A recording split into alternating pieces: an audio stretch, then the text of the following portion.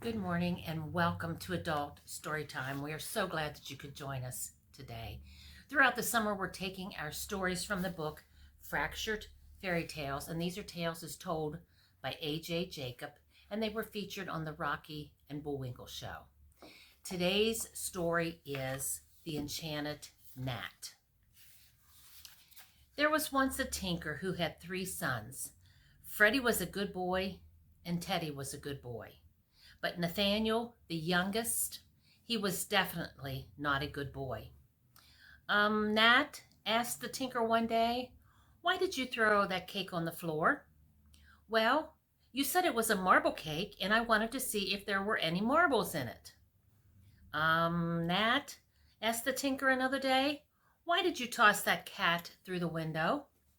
Well, I just wanted to give him a little pain in the neck.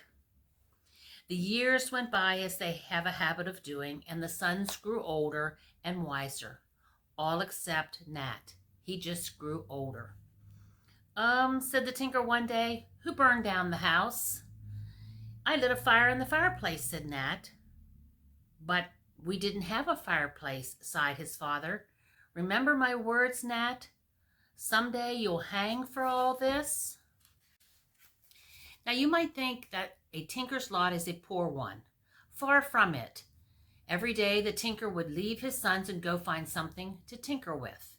And then he'd tinker for 8 hours, with an hour's break for lunch.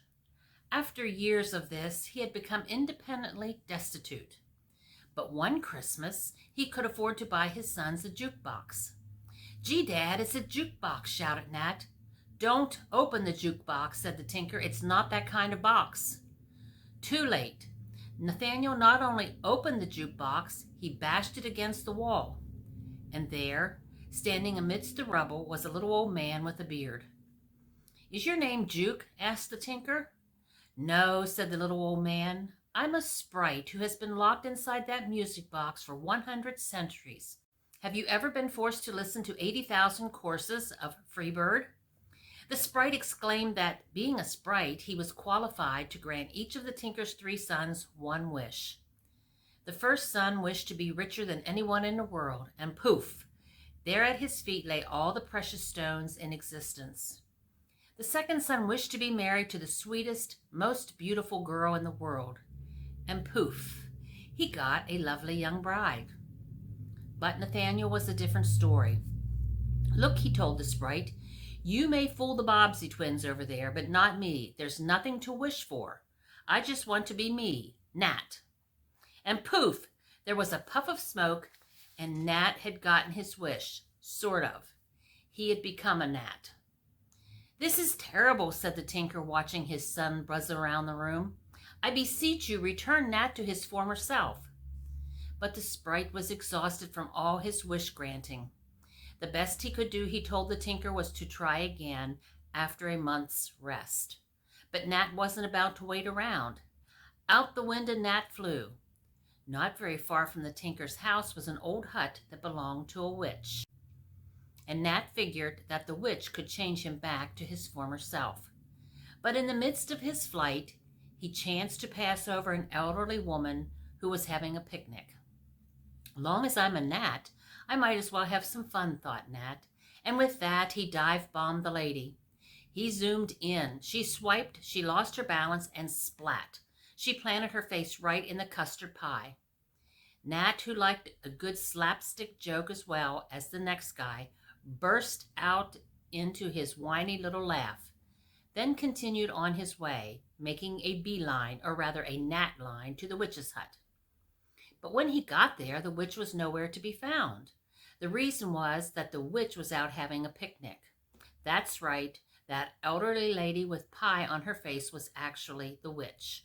And when she came back, she was mad as heck. If I ever lay my hands on that gnat that spoiled my pic, she stopped in her tracks. Ha! There you are, you little pest.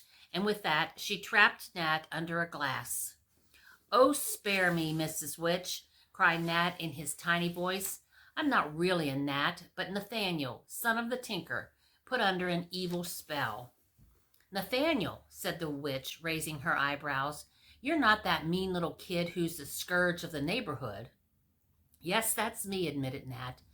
Boy, if I had a son, I'd want him to be as nasty as you.